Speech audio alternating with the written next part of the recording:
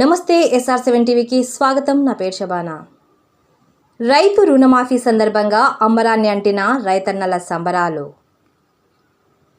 ములుగు జిల్లా కేంద్రంలో కాంగ్రెస్ పార్టీ జిల్లా అధ్యక్షుడు పైడాకుల అశోక్ ఆధ్వర్యంలో రైతు రుణమాఫీని హర్షిస్తూ రాష్ట్ర పంచాయతీరాజ్ గ్రామీణ అభివృద్ధి స్త్రీ శిశు సంక్షేమ శాఖ మంత్రి వర్యులు డాక్టర్ ధనసరి అనసూయ సీతక్క పిలుపు మేరకు బైక్ ర్యాలీ నిర్వహించి ములుగు జిల్లా కేంద్రంలోని గాంధీ పార్క్ వద్ద ముఖ్యమంత్రి రేవంత్ రెడ్డి, ఉప ముఖ్యమంత్రి బట్టి విక్రమార్క, మంత్రివర్యులు సీతక్క, తుమ్మల నాగేశ్వరరావు చిత్రపటానికి పాలాభిషేకం చేసిన అనంతరం బాణసంచాలు కాలుస్తూ సంబరాలు జరుపుకున్న కాంగ్రెస్ పార్టీ శ్రేణులు. ఈ సందర్భంగా పైడాకుల అశోక్ మాట్లాడుతూ ముఖ్యమంత్రి రేవంత్ రెడ్డి నాయకత్వంలో కాంగ్రెస్ పార్టీ అన్ని వర్గాల సంక్షేమానికి కృషి చేస్తుందన్నారు. గత ఎన్నికల్లో ఇచ్చిన హామీల అమలుకు కట్టుబడి 2 లక్షల రూపాయలు రైతుల రుణమాఫీని ప్రభుత్వం చేస్తుందన్నారు.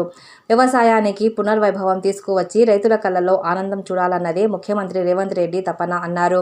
అందులో భాగంగా 2 లక్షల రూపాయల రుణమాఫీని ఒకే దఫాలో చేయడంతో రైతులంతా ఆనందంతో సంబరాలు చేసుకుంటున్నారని పేర్కొన్నారు.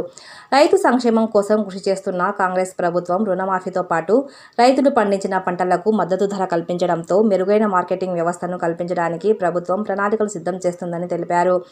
ఈ కార్యక్రమంలో కాంగ్రెస్ పార్టీ జిల్లా, బ్లాక్, మండల, గ్రామ నాయకులు, కార్యకర్తలు, రైతులు పెద్ద ఎత్తున పాల్గొన్నారు.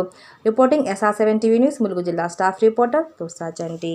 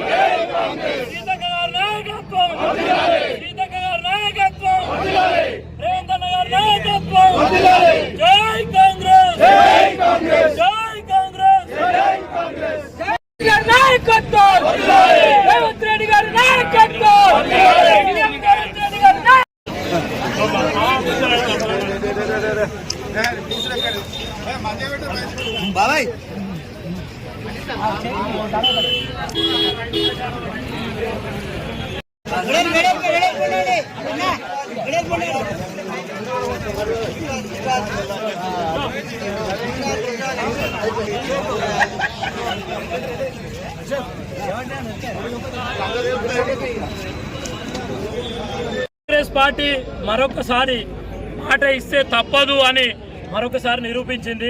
గతంలో వరంగల్లో జరిగిన రైతు భరోసా బహిరంగ సభలో మా నాయకుడు రాహుల్ గాంధీ గారు ఇచ్చిన మాటని నేడు ప్రభుత్వం రాగానే రైతులకు 2 లక్షల రుణమాఫీ మీద మా ప్రభుత్వం కట్టుబడి ఉన్నది.